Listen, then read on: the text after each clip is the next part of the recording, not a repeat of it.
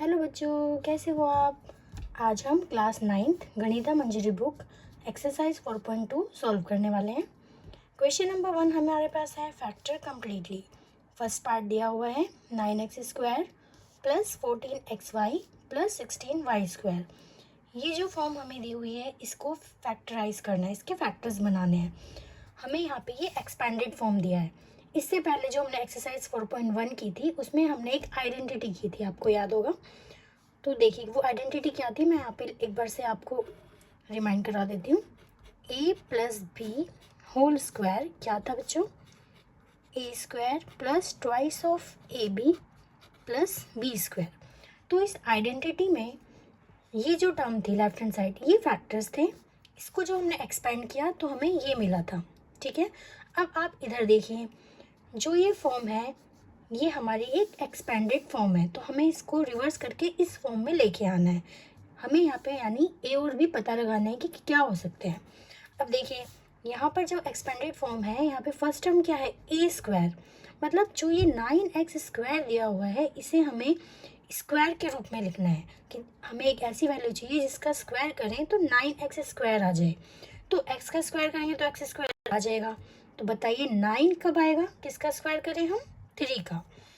तो यहाँ पे हम लिखेंगे 3x होल स्क्वायर। देखो इसकी तरह हमने लिख दिया, a² जैसे यहाँ पे था तो यहाँ पे हमारा 9x² को हमने लिख दिया 3x², क्योंकि 3 का स्क्वायर करेंगे 9 आ जाएगा और x का स्क्वायर करेंगे तो x² आ जाएगा, ठीक है। अभी बीच वाली टर्म लिखने से पहले हम इधर आ जाते हैं, प्लस लगाइए 16y²। हमें यहाँ पे थर्ड टर्म क्या है, b² है, यानी हमें इसको b² के रूप में लिखना है। 16 किसका स्क्वायर होता है, 16 4 का स्क्वायर होता है, तो 4 लिखेंगे और y इनका होल स्क्वायर कर देंगे। तो देखो करके देखते हैं एक बार, 4 का स्क्वायर करेंगे तो 16 आ जाएगा, y का स्क्वायर करेंगे तो y² आ जाएगा। इसका मतलब हमने 16y² को 4y² के रूप में लिख दिया। अब बचा बीच वाली टर्म क्या थी, ट्वाइस ऑफ ab। तो 2 तो आएगा ही आएगा, साथ में क्या आएगा, a आएगा। मैंने आपको बताया था ना 2ab का मतलब क्या होता है, 2 into a into b। 2ab का क्या मतलब है, 2 इंटू a इंटू b। तो 2 तो मैंने लिख दिया, इंटू मुझे क्या लिखना है, a क्या है यहाँ पे 3x, तो 3x लिख दिया। फिर इंटू लगाएंगे, फिर क्या लिखेंगे b क्या है 4y। अब ये जो फॉर्म है हमने a और b के रूप में लिख दिया, तो इसका उल्टा ये है, इसका ये है, तो इसको हम अब कैसे लिख सकते हैं, 3x प्लस 4y का होल स्क्वायर। ऐसा हमने क्यों लिखा, तो हमें रीज़न में यहाँ पे लिख देना है, क्योंकि a plus B whole square होता है a² plus 2ab plus b², ठीक है। समझ में आया आपको। चलो एक और क्वेश्चन करते हैं, उससे आपको ये बिल्कुल क्लियर हो जाएगा, ठीक है। सेकेंड पार्ट पे आ जाते हैं। सेकेंड पार्ट है हमारा 4s² plus 20st plus 25t²। हमें यहाँ पर वही देखना है कि 4s को हम किसके रूप में लिखें कि स्क्वायर करें तो हमें ये मिल जाए। 4 किसका स्क्वायर होता है, 2 का, तो 2 लिखेंगे और s लिखेंगे, तो 2s का होल स्क्वायर। इसको जब एक्सपेंड करेंगे तो ये मिल जाएगा ना हमें। देखो इसको सॉल्व करेंगे तो 2 का स्क्वायर करेंगे, 2 का स्क्वायर हो जाएगा 4 और s का स्क्वायर s² लिख देंगे, ठीक है। अब हमें पता है 2ab लिखना है तो 2 तो आएगा ही, ठीक है, इंटू a आएगा। a क्या है यहाँ पे 2s, है बेटा ये, है ना, 2s इंटू क्या आना चाहिए, b आना चाहिए। b तो मुझे नहीं पता, अब क्या करूँ, देखो 2 इंटू 2 क्या हो जाएगा 4, मुझे चाहिए यहाँ पे 20, इसी की जगह तो हम इसको रिप्लेस कर रहे हैं ना इससे, तो 2 इंटू 2 तो हो गया 4। अब 4 की मल्टीप्लाई किससे करें कि 20 आ जाए, किससे करें 5 से, तो यहाँ आ जाएगा 5t प्लस b क्या आया 5t आया। तो वैसे भी आप देख लो यहाँ पे क्या है 25 है, 25 किसका स्क्वायर हुआ है 5 का, और t² किसका स्क्वायर होगा t का, तो b हमारा बन गया 5t। समझ में आया, एक बार फिर से करें, चलो एक बार फिर से देखते हैं। 4s², 4 किसका स्क्वायर होता है 2 का, तो 4 की जगह हम लिख देते 2, s² है तो ऐसे ही आ जाएगा क्योंकि जब स्क्वायर करेंगे तो ये मिल जाएगा, प्लस 2 इंटू a की जगह क्या आ गया 2s आ गया, इंटू b आप चाहे तो देखो बीच वाली टर्म बाद में लिख के पहले ये वाली टर्म लिख लो, यहाँ से आपको आइडिया लग जाएगा कि बी क्या है। ये क्या है 25, 25 किसका स्क्वायर होता है 5 का, तो यानी बी जो बनेगा हमारा वो 5t बनेगा, प्लस बी स्क्वायर में हम 5t² लिख देंगे। तो अब इसको हम क्या लिख सकते हैं, इसको हम लिख सकते हैं 2s plus 5t whole square. साथ में हमें रीज़न ज़रूर लिख के देना है यहाँ पे जब हम क्वेश्चन सॉल्व करेंगे एग्ज़ाम में भी। a² plus 2ab plus b², क्योंकि ये होता है इसलिए हमने इसको ऐसे लिख दिया। समझ में आया आपको? जितनी हम प्रैक्टिस करेंगे उतना हमें क्लियर होता जाएगा। ठीक है, तो नेक्स्ट क्वेश्चन करते हैं।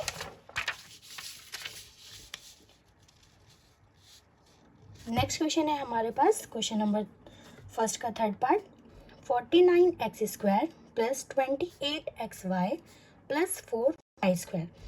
तो हमें बस यहाँ पे नज़र डालनी है और बता लगाना है कि 49 किसका स्क्वायर होता है। 49 तो 7 का स्क्वायर होता है, तो हम क्या लिखेंगे यहाँ पे 7, और यहाँ क्या है x², तो यहाँ लिखेंगे x और इसका होल स्क्वायर लगा देंगे। ठीक है, फिर क्या आएगा 2 इंटू ए क्या है 7x इंटू बी 4, क्या होगा 4 किसका है 2 का, तो बी हो गया हमारा 2y प्लस यहाँ पे 4y² किसका होगा 2y होल स्क्वायर। ठीक है, तो ये क्या हो गया, ए क्या है यहाँ पे 7x, बी क्या है 2y, तो इसके फैक्टर क्या बने, इसके फैक्टर बने 7x plus 2y whole square. इसका एक्सपेंड करेंगे तो ये आ जाएगा ना, और ऐसा क्यों हुआ हम बार बार ये लिखेंगे यहाँ पे, because a plus B whole square equals to a² plus 2ab plus b²। तो अब पूछे जाए अगर फैक्टर्स की बात करूँ, फैक्टर्स क्या हुए, तो इसके फैक्टर्स हुए 7x plus 2y and 7x plus 2y, 2 times. देखो स्क्वायर है ना, जैसे 2 का स्क्वायर कैसे लिखते हैं, 2² क्या होता है, देखो 2² क्या होता है 2 इंटू 2। ठीक है, सेम उसी तरह से है, ये एक टर्म पूरा बन गया, उसका स्क्वायर है, तो ये 2 फैक्टर्स हैं। स्क्वायर का मतलब यहाँ पे कितने फैक्टर हैं ये। नेक्स्ट क्वेश्चन है हमारा 64p² plus 32/3pq plus 4/9 q²। 64 किसका स्क्वायर होता है बच्चों, बताइए 64 किसका स्क्वायर होता है 8 का, p² को तो हम p लिख देंगे। ठीक है, तो ये क्या हो जाएगा 8p whole square plus 2 into a क्या है 8p है, तो 8p इंटू क्या आएगा b की जगह यहाँ पे क्या है, ये 4 किसका स्क्वायर है 2 का, 9 किसका स्क्वायर है 3 का, तो क्या हो गया b 2/3q, बी क्या है 2/3q का होल स्क्वायर, क्योंकि ये b² टर्म है ना।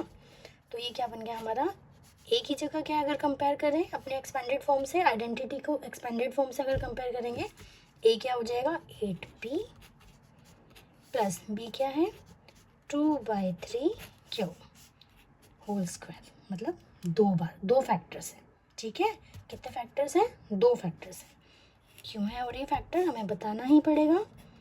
a प्लस b² क्या होता है square plus 2ab plus b²। समझ में आया, क्लियर है ये टर्म कैसे लिखी पता चल रहा है ना आपको।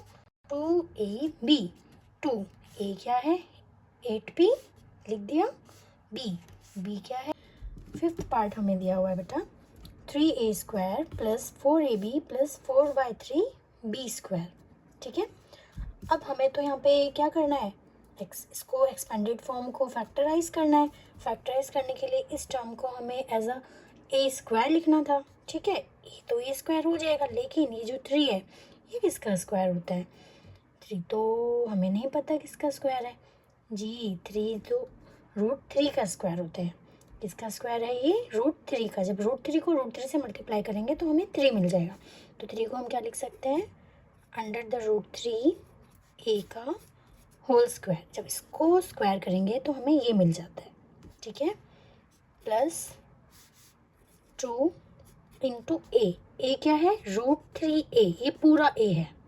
ठीक है, ये जो इस ब्रैकेट के अंदर जो टर्म लिखी हुई है ये पूरी की पूरी एज ए है, ए मतलब इस वाले ए से कंफ्यूज मत हो जाना, वो एक्सपेंडेड फॉर्म वाला, जैसे जो मैं एक बार लिख देती हूँ आपको यहाँ पे, ये हमारी आइडेंटिटी होती है ना, तो मैं इस ए की बात कर रही हूँ। ये ए क्या है, जो यहाँ पर लिखा हुआ है, और यहाँ पे क्या लिखा हुआ है, √3a। तो ये पूरे का पूरा हमारे लिए ए है। तो 2 देखो, 2 इंटू ए इंटू बी है ना, 2 इंटू ए इंटू बी, तो 2 तो मैंने लिख दिया, इंटू मुझे अब क्या लिखना है, ये पूरी टर्म लिखनी है, √3a इंटू बी। बी क्या है यहाँ पे बताइए, 4 किसका स्क्वायर होता है, 2 का होता है। 3 किसका होता है अभी बताया मैंने, 3 के लिए क्या लिखेंगे, √3 और बी, ठीक है, प्लस ये पूरी टर्म क्या हो जाएगी, 2/√3b होल स्क्वायर। देखो यहाँ से कंपेयर कर लो इसको, ए की जगह ये आया, प्लस 2 इंटू ए की जगह ये आ गया, इंटू बी, बी की जगह क्या है ये, ठीक है। तो अब हम इस एक्सपेंडेड फॉर्म को फैक्टराइज के रूप में कैसे लिखेंगे, √3a, ए इस रूट से बाहर है, ठीक है, ए इस रूट के अंदर नहीं है, √3 है, फिर बाहर ए है, प्लस बी, ये पूरा टर्म हमारा बी है। यहाँ पे जिसका स्क्वायर हो रहा है वो आइडेंटिटी के अकॉर्डिंग हमारे लिए बी है। तो ये हमने क्या लिखा, √3a प्लस बी की जगह हमने यहाँ पूरी टर्म लिख दी, 2/√3b होल स्क्वायर। ये हमारे फैक्टर्स हो गए इस गिवन फॉर्म के, ठीक है। और ऐसा क्यों हुआ, क्योंकि a plus B whole square होता है a square plus 2ab plus B square. अब हम इसका क्वेश्चन नंबर 1 का 6th पार्ट करेंगे। 6th पार्ट हमें गिवन है 9/5 s square plus 6sv plus 5v square. हम फिर से देखते हैं, 9 किसका स्क्वायर होता है, 3 का, तो 3 आ जाएगा।